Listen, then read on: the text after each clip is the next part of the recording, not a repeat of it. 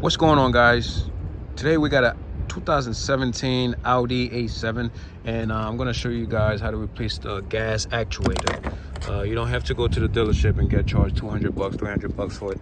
It's very simple. All you need is some trim tools, right? First thing you want to do, you want to put one right there, right? And then put another one there and kind of just pry it up. Like, make sure you be gentle with it because you don't want to mess this thing up. So I might have to use both hands. So here we go. All right, so after you pop it off, you got two screws in the back, T20. So you're gonna need a small T20 and take these two out. Then you got a small connector right here. You got to pry on the side, and then after that should come out.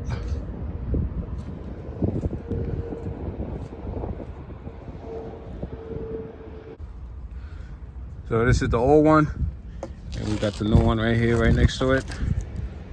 So all you gotta do is just, you're gonna open this, you're gonna open the cap, that.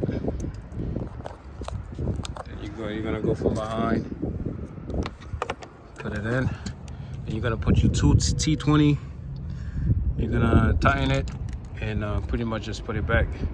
And this little wire right here, you gotta feed it through. And then you're gonna open the side. You're gonna open this up. And then you're gonna see it, you're gonna pull it. And that's pretty much it. That's all you gotta do. There's no need to go to the dealership to give Audi $400-500 bucks. They're a bunch of scammers. So that's how you get it done. Alright, so when you take this thing off, you have two little clip that's holding it down. So all you got to do is squeeze them to the left and kind of pry it out.